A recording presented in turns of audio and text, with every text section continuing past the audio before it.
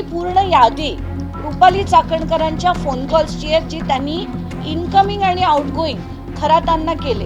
177 calls आहेत. त्याच्यात जसं मी आधी म्हटलं कॉल रेकॉर्ड्स 177 आहेत, ज्याच्यात इनकमिंग कॉल 119 आहेत, आउटगोईंग कॉल 58 आहेत. आणि हा डेटा 1 एप्रिल ते 17 मार्च आहे. एका दिवशी तर तब्बल 22 मिनिटं गप्पा मारत होते. हे कशाच्या गप्पा होत्या? उपस्थित सगळ्यांना नमस्कार. अशोक खरात प्रकरणात इतकी प्रचंड माहिती येते की आज खरं तर मी बोलायला सुरुवात केली तर दिवस पूर्ण जाईल. म्हणून मला असं वाटतं की आता महत्त्वाचे मुद्दे जे आहेत ते मी मांडतेय आणि काही मुद्दे मी उद्या किंवा परवा मांडेन. आज मला सुरुवात अशी करायची आहे की खरात हा मोठा कसा झाला. त्याला मोठं करणारे सगळे राजकारणी होते, त्याला मोठं करणारे अधिकारी होते, त्यांच्या दिमतीला सगळे होते, अधिकारी होते, सगळे राजकारणी होते. त्यातले आता काही राजकारणी नुसतंच भविष्य विचारायला किंवा एकाने सांगितलं म्हणून गेले असतील, पण काही राजकारणी संधी साधूपणा करायला, काही साध्य करायला नक्कीच गेले असतील. म्हणून मी सगळे जेवढे राजकारणी मला सापडलेत त्याच्यात त्या यादीत ती नुसती यादी वाचून दाखवणार आहे. तर याचा अर्थ माझा त्यांच्यावर काही आक्षेप काही असं नाही, त्यांचे कॉल्स त्याच्यात आहेत म्हणून ते काही त्याच्या विकृत गोष्टींना सहभागी होते असंही म्हणता येत नाही. पण राजकारणी तिथे गेले हे मात्र मला नमूद करायचं आहे, म्हणून मी ती सगळी नावं वाचून दाखवते. नाशिकचे आमदार नितीन पवार, चंद्रकांत पाटील, चंद्रकांत पाटलांचे PA मंगेश देशपांडे, उदय सांगळे जे सिन्नरहून उभे होते, जे हरले ते देखील गेले होते. आमदार विधान परिषदेचे शिवाजी शहाणे, पद्मश्री पोपटराव पवार, रामदास खेडकर जे दादा भुसेंचे PA आहेत, दीपक केसरकर यांचे आधी मला 1 नंबर जो माझ्याकडे होता तो सापडला नाही, पण जेव्हा मी ट्रू कॉलरवरनं नंबर्स शोधत होती तेव्हा मला दीपक केसरकरांचा 1 नंबर मिळाला, ज्याच्यातनं 19 कॉल झाले होते. राहुल कोतडे जे OSD आहेत विखे पाटलांचे, एकनाथ शिंदेंचं तर मी म्हटलंच आहे, प्रभाकर काळेंचं मी म्हटलंच आहे, सुनील तटकरे आणि एक जे नवीन नाव मिळालं आहे ते म्हणजे जयंत पाटील राष्ट्रवादीचे. मला हे नाव वाचून मात्र नक्कीच दुःख झालं, कारण त्यांच्याकडनं अशी अपेक्षा मला नक्कीच नव्हती की ते अशा बाबांकडे काही भविष्य विचारायला किंवा काय विचारायला, त्यांना कोण घेऊन गेलं हे सगळं म्हणजे जाणून दुःख झालं की त्यांच्याकडनं अशी अपेक्षा मला नव्हती. मी पण रॉंग असेल, पण कारण बरेच जणांकडनं बरंच काही ऐकलं आहे, पण मला ती व्यक्ती चांगली वाटायची आत्तापर्यंत. असो, आता चाकणकर कुटुंबातले रुपाली चाकणकर, मुलगा सोहम चाकणकर, प्रतिभा चाकणकर, तन्मय चाकणकर, प्रफुल्ल चाकणकर, संकेत सायकर या सगळ्यांचे कॉल्स या यादीत सापडले. आता रुपाली चाकणकरांनी काल एक फेसबुक पोस्ट लिहिली आणि त्या फेसबुक पोस्टमध्ये त्यांनी लिहिलं आहे की माझ्यावर जे एक्झॅक्टली धनंजय मुंडे बोलत होते, एक्झॅक्टली तेच शब्द की माझ्यावर मीडिया ट्रायल होते, माझ्या विरुद्ध पुरावा दिला जात नाही आहे, माझं अमुक नाही आहे, माझं तमुक नाही आहे, असं जे विधान त्यांनी काल केलं फेसबुक पोस्ट थ्रू, आणि त्या पण एक्झॅक्टली धनंजय मुंडेंसारख्या सध्या मीडियातनं गायब आहेत. जसे धनंजय मुंडेंवर जेव्हा आरोप झाले ते देखील त्यातनं गायब होते. तर आता ही पूर्ण यादी रुपाली चाकणकरांच्या फोन कॉल्सची आहे, जी त्यांनी इनकमिंग आणि आउटगोईंग खरातांना केले. ही पूर्णच्या पूर्ण यादी मी आता माझ्या मीडियाच्या ग्रुपवर घालते. ह्याच्यात 177 कॉल्स आहेत. त्याच्यात जसं मी आधी म्हटलं कॉल रेकॉर्ड्स 177 आहेत, ज्याच्यात इनकमिंग कॉल 119 आहेत, आउटगोईंग कॉल 58 आहेत. आणि हा डेटा 1 एप्रिल ते 17 मार्च आहे.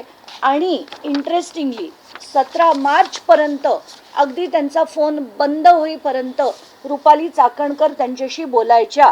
आणि एका दिवशी तर तब्बल 22 मिनिटं गप्पा मारत होते. हे कशाच्या गप्पा होत्या, त्यांना त्यांच्या संस्थानाची बोलणी होती का, आणि त्यांना अजूनही जर वाटत असेल की मी काही चूक केलेलं नाही आहे तर परमेश्वरच जाणो. कारण आत्ताच्या घटकेला ही मी जी यादी काढली आहे आणि याच्यात बाकीची जी नावं आहेत त्याची मी चौकशीची मागणी SITकडे केली आहे. त्याच्यात टोटल जे टॉप 10 फोन नंबर्स आहेत ज्यांनी सगळ्यात जास्त वेळ खरातांशी बोललेत, त्याच्यात पहिल्या नंबरवर त्यांची मुलगी आहे, मी समजू शकते. दुसऱ्या नंबरवर रुपाली चाकणकर आहेत. 33,727 सेकंद ह्या त्यांच्याशी बोलल्या.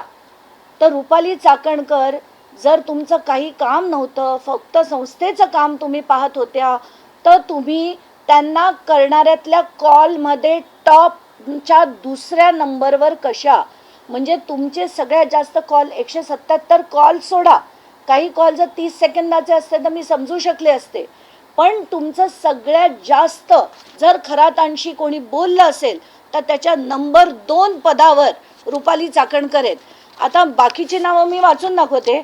पहिली आहेत तृप्ती, दुसऱ्या आहेत रुपाली चाकणकर, तिसरे आहेत दीपक लोंढे, चौथे आहेत कल्पना, म्हणजे ज्या खरातांच्या पत्नी आहेत, त्यांच्या आपल्या पतीशी त्या चौथ्या नंबरवर आहेत. पण सेकंड नंबरवर रुपाली चाकणकर, तिसऱ्या नंबरवर दीपक लोंढे, आणि एक महत्त्वाचं नाव आहे त्याच्याबद्दल मी सगळं बोलणारच आहे. माझी SITकडे मागणी अशी आहे की जेवढे प्रॉपर्टी डिलिंग्स, पैशाचे डिलिंग्स, जे जमिनी घेणं, MIDC जमिनी मिळवून देणं, यासाठी ज्या ज्या अधिकाऱ्यांनी आणि त्यांच्या अतिशय जवळच्या लोकांनी जी मदत केली त्याची मी नावं वाचून दाखवते. दीपक लोंढे हे सगळ्यात त्यांच्या जवळचे होते आणि हे केसरकरांच्या पण अतिशय जवळचे आहेत. त्यांचे 189 कॉल्स आहेत. बाळासाहेब बोराडे 156 कॉल्स आहेत. नंदकिशोर काटोरे हे खरं डॉक्टर आहेत, यांचा रोल मला पूर्णपणे आत्ता बोलता येत नाही आहे, पण अतिशय विचित्र असा रोल आहे त्यांचा. सचिन चुंबाळे 177 कॉल आहेत. या डॉक्टर नंदकिशोर काटोरेंचे 106 कॉल्स आहेत. मंगेश नवाळे 110 कॉल्स आहेत. राहुल देशमुख, त्यांनी याचे OUL वगैरे ते न्यूमरॉलॉजी आणि याच्यात सगळ्यात बदललं जातं, नाव लिहिण्याची पद्धतसुद्धा बदलली जाते, अंक काही गणित प्रमाणे ते केलं जातं. असो, अविनाश पोटे जे सिन्नर MIDCमध्ये ऑफिसर आहेत, त्या MIDCच्या जमिनींचा रोल कमलाकर पोटे आणि अविनाश पोटे यांचा एक्झामिन करण्यात यावा. महेंद्र शेळके पाटील यांचा देखील त्याच्यातला रोल हा इन्व्हेस्टिगेट झाला पाहिजे. तर ह्याच्यात धक्कादायक बाब अशी आहे की जवळजवळ म्हणजे तहसीलदार, डेप्युटी कलेक्टर, PI आणि API अशी 7 माणसं, 2 RTO, त्याच्यात एक निमसे नावाचे आहेत, ते पण या सगळ्यांची म्हणजे ही नावं बघून मी हैराण होते की लोक का फोन करायची खराताना उठता बसता. इतके 100 शेकडो कॉल त्यांनी कशासाठी केले. आता रुपाली चाकणकर म्हणाल्या की माझा काहीच त्याच्यात हात नव्हता, मी काहीच चुकीचं केलं नाही आहे.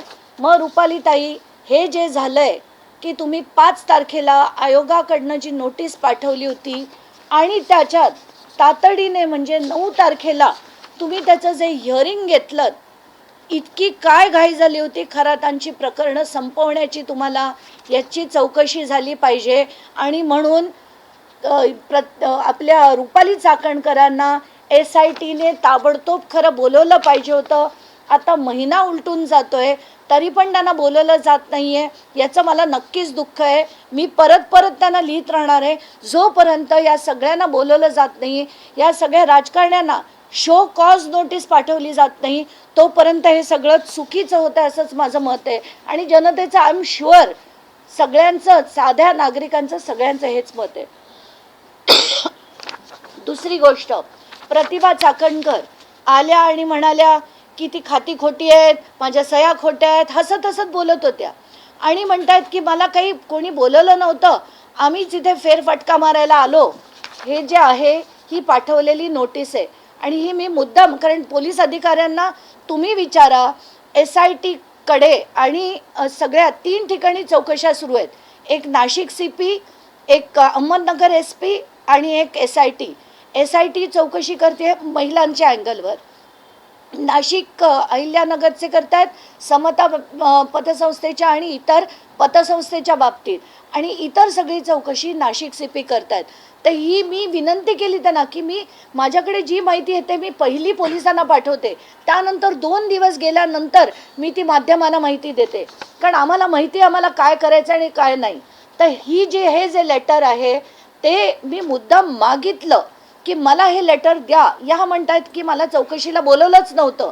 हे लेटर आहे ज्याच्यात सरळ पहिलं नाव प्रतिभा चाकणकरांचं आहे आणि दुसरं नाव तन्मय चाकणकरांचं आहे. यांना चौकशीला बोलवलं गेलं होतं. म्हणजे ही सगळी मंडळी किती धादांत खोटं बोलतात हे मला दाखवायचं होतं. आता ज्या लोकांनी प्रचंड प्रमाणात मदत केली आहे खरातांना, तर आता ही नावं सुद्धा बाहेर आणणं गरजेचं आहे. मागच्या माझ्या पत्रकार परिषदेत मी म्हटलं होतं की एक डेप्युटी कलेक्टर आहेत, ते त्यांना खूप मदत करतायत. ते मुंबईत कार्यरत आहेत. आता मी त्याचं नाव घेऊन सांगते.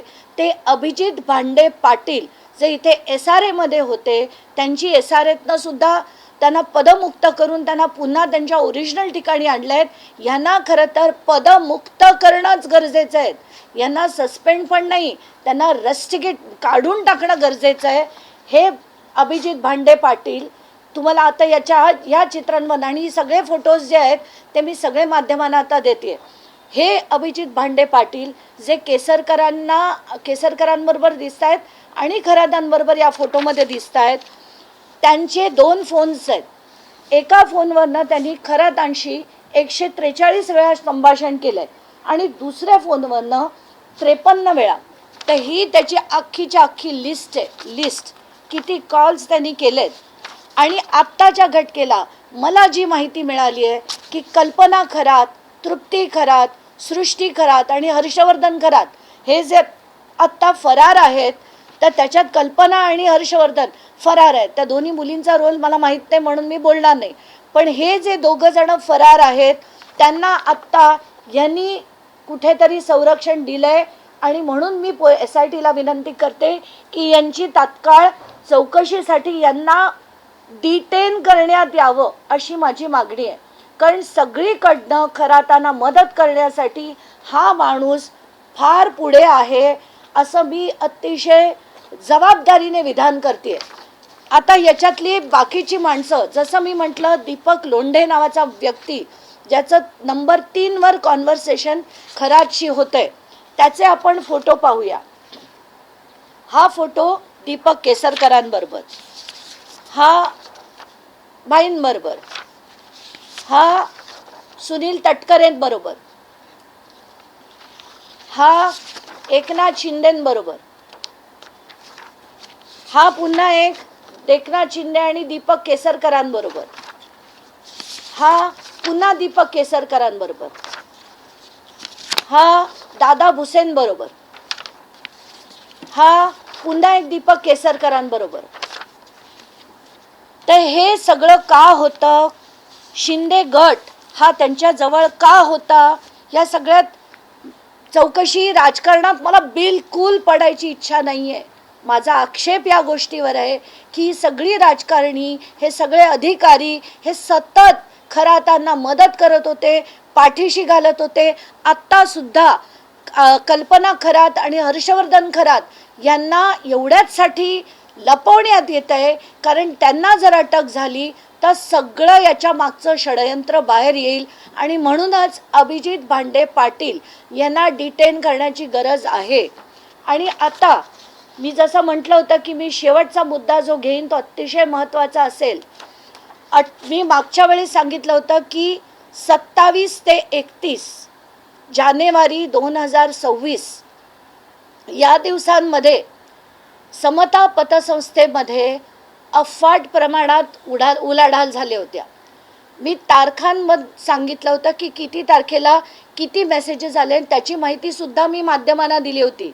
आता आणि एक महत्त्वाची माहिती म्हणजे ज्या दिवशी अजित पवारांच्या घराच्या बाहेर म्हणजे बारामतीच्या घराच्या बाहेर जेव्हा भानामतीचे प्रकार झाले त्या 17 तारखेला रात्री खरात हे ठाण्यात आले होते.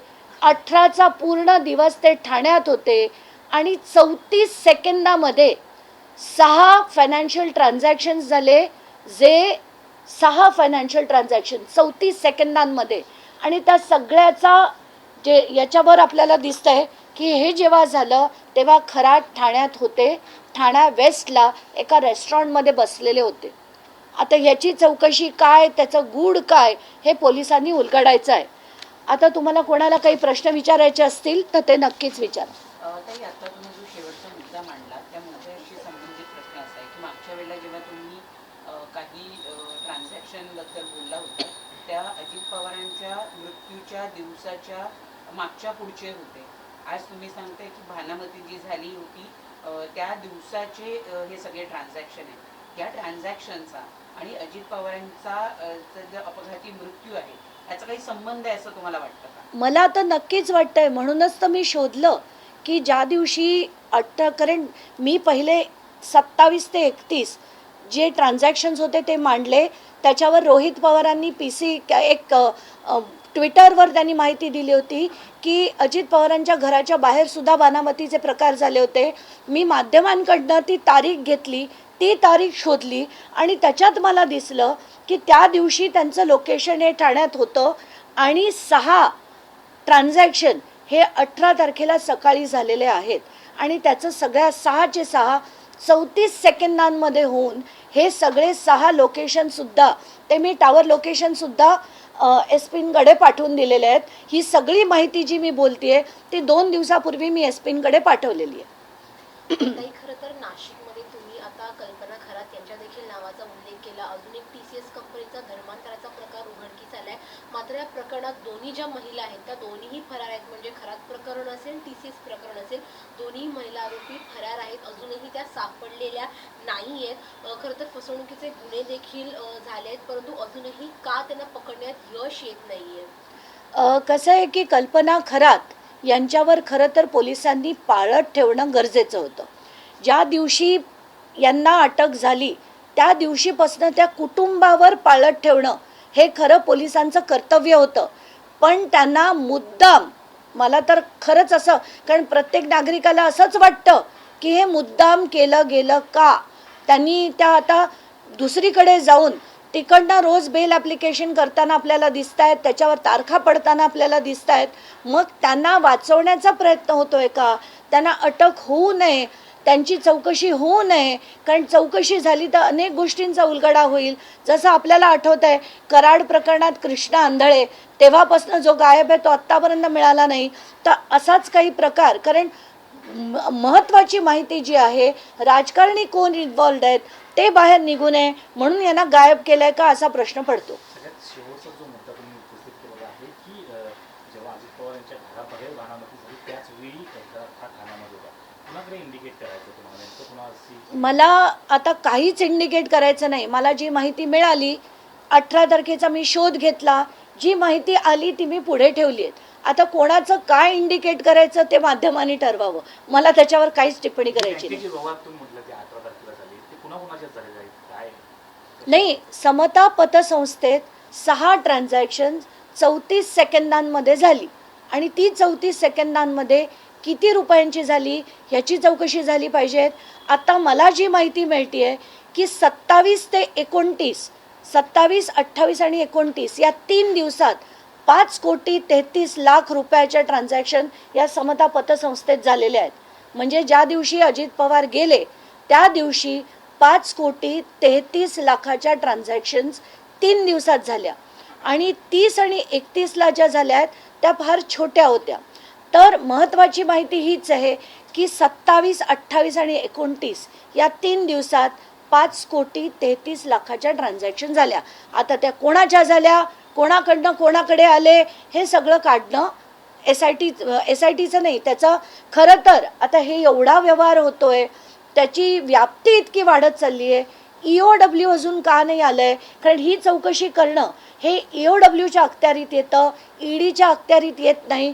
कारण मनी लॉन्डरिंग नंतर होतं, पण आधी खात्यात कुठून आले त्याचं इन्व्हेस्टिगेट करणं ही इकॉनॉमिक ऑफेन्स विंगचं काम आहे, जे त्यांनी केलं पाहिजे. पण ते रुपालीताई चाकणकरांनी पोस्ट केले, त्यामध्ये ते म्हणतात की 28 दिवस झाले माझ्यावरील आरोपांचे कुणी पुरावे दिले नाही. निनावी पत्राद्वारे बदनामीचा कुटील डाव होता. खरात प्रकरणात आर्थिक व्यवहारात दुष्कृत्यात माझा संबंध नाही, असं पोस्टमध्ये त्या म्हणतात. नाही, आता तर मी क्लिअर कट सांगितलंय, रुपाली चाकणकरांचे आणि खरातांचे संभाषण, खरातांच्या फोनवर केलेल्या संभाषणात नंबर 2 वर रुपाली चाकणकर आहेत. 177 कॉल आहे, त्याची यादी दिली. एवढंच नाही तर खरातांच्या प्रकरणात 5 तारखेला त्यांनी आयोगाकडनं पत्र पाठवलं, तात्काळ त्याचं 4 दिवसात त्यांनी हिअरिंग लावलं. इतकी घाई रुपाली चाकणकरांनी सगळ्याच गोष्टींमध्ये दाखवली असती, त्यांनी ती वैष्णवीच्या प्रकरणात दाखवली असती, मुंडेंच्या प्रकरणात दाखवली असती तर खूप बरं झालं असतं. पण तसं करताना त्या कधीही दिसत नाहीत. या खरातांच्या बाबतीत 4 दिवसात हिअरिंग लावलं, गंमत वाटते बघून मला. प्रतिभा चाकणकर किंवा रुपाली चाकणकरांना जे SIT बरोबर प्रतिभा चाकणकर केले आहेत, कोण वाचू पाहतं या लोकांना किंवा बिंग फुटू नये म्हणून? नाही, आता हे सगळं बिंग फुटू नये, हे ह्या सगळ्यांची एकत्रपणे केलेली ही खेळी आहे. आता कोणाची भिंग फुटणार आहेत ते SIT जाणो, ते अधिकारी जाणो आणि परमेश्वर जाणो, आपल्याला काहीच माहित नाही. रणजित शिंदे म्हणतात की खरातचा कदाचित एन्काउंटर होऊ शकतो. ही भीती आम्हा सगळ्यांनाच आहे, पहिल्यापासून आहे. कारण हे जर नाव उलगडायचं नसेल तर सगळ्यात सोपा मार्ग, फाईल बंद करण्याचा मार्ग म्हणजे खरातचा एब्स्टिन करणं. आणि हेच एक्झॅक्टली मी कमीत कमी 10 दिवसापूर्वी माझ्या घरच्यांना सांगितलं होतं की याच्यातनं निष्पन्न काय होईल माहीत नाही. दुर्दैव असं की जिथे जिथे तुम्ही बघा राजकारण्यांची नावं येतात ना, सगळ्या फाईल्स हळूहळू क्लोज होतात. आणि मला ह्याच गोष्टीचा सगळ्यात जास्त राग आहे. चला, धन्यवाद. तृप्ती देसाई पण म्हणतायत की हिंदू खरातला IG दत्तात्रय कराळे हे गुरु मानायचे. लैंगिक शोषणाचे पेनड्राईव्ह IG कराळेंनी गायब केले.